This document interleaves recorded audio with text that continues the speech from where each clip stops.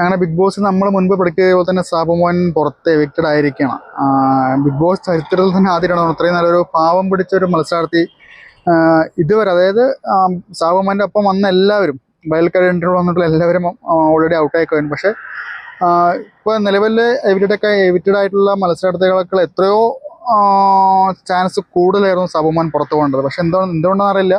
ഇനി നമ്മൾ മുമ്പ് എല്ലാവരും സംസാരിച്ച ട്രോൾ ചെയ്തതുപോലെ സാബുമോൻ്റെ വീഡിയോ ബിഗ് ബോസിന് കിട്ടാത്തതുകൊണ്ടാണെന്ന് അറിയില്ല. അപ്പോൾ ഒരുവിധം വീഡിയോ ഒക്കെ ഒപ്പിച്ച് സാബുമോനെ നല്ല എവിക്റ്റഡ് ആക്കിയിട്ടുണ്ട്. പക്ഷേ പുള്ളിക്കാരിപ്പോൾ ഒരു ലാസ്റ്റ് എപ്പിസോഡിലൊക്കെ നല്ല രീതിയിൽ എൻ്റർടൈൻമെൻറ്റ് ആയി വന്നിരുന്നു. പക്ഷെ എന്നിരുന്നാലും ഇവന്മാരുടെ കൂടെ പിടിച്ചു നിൽക്കാനൊന്നും സാബുമോൻ ആയിട്ടില്ല. അതായത് നല്ലൊരു പാവം പിടിച്ചൊരു വ്യക്തിയാണ്. ബിഗ് ബോസിലേക്ക് വഴിതെറ്റി വന്നൊരു വ്യക്തിയാണ് സാബുമോൻ തോന്നുന്നു. എന്തായാലും നെവിൻ, ആദില, സാബുമോൻ എന്ന് കാണിച്ചപ്പോൾ തന്നെ നമ്മളെല്ലാവരും വിചാരിച്ചതാണ് സാബുമോൻ തന്നെ ആയിരിക്കും നറുക്ക് വീഴുന്നുള്ളത്. കാരണം നെവിൻ അത്യാവശ്യം ഇപ്പോൾ ലാസ്റ്റ് കൊണ്ട് കുറച്ച് എൻ്റർടൈൻമെൻറ്റ് ചെയ്യിപ്പിക്കുന്നുണ്ട്.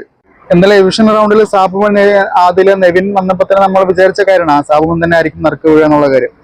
നെവിൻ അത്യാവശ്യം എൻ്റർടൈൻമെൻറ്റ് ചെയ്യിപ്പിക്കുന്നുണ്ട്. ലാലേട്ടൻ വരെ അദ്ദേഹത്തിൻ്റെ അദ്ദേഹം സംസാരിക്കുന്ന രീതിയിൽ എല്ലാവരും എൻജോയ് ചെയ്യാറുണ്ട്. മാത്രമല്ല ഇന്നലെ കൊടുത്ത ടാസ്കും, അതായത് ഈ ക്യാഷ് ഏണിങ്സിൻ്റെ ടാസ്കിലൊന്നും നെവിന് പങ്കെടുക്കാൻ പറ്റിയിട്ടുണ്ടായിരുന്നില്ല. ലാലേട്ടൻ ചെറിയൊരു പണിഷ്മെൻറ്റ് കൊടുത്തതുകൊണ്ട്.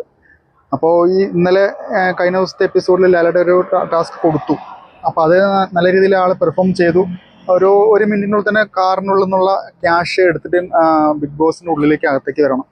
1 മിനിറ്റ് കഴിഞ്ഞാൽ ആൾ പുറത്താവും. പക്ഷെ ആളൊരു 2 സെക്കൻഡ് വ്യത്യാസത്തിൽ ആൾ ഓടിച്ചാടി ഒരു 50,000 രൂപ കളക്ട് ചെയ്ത് ബിഗ് ബോസിലെത്തി.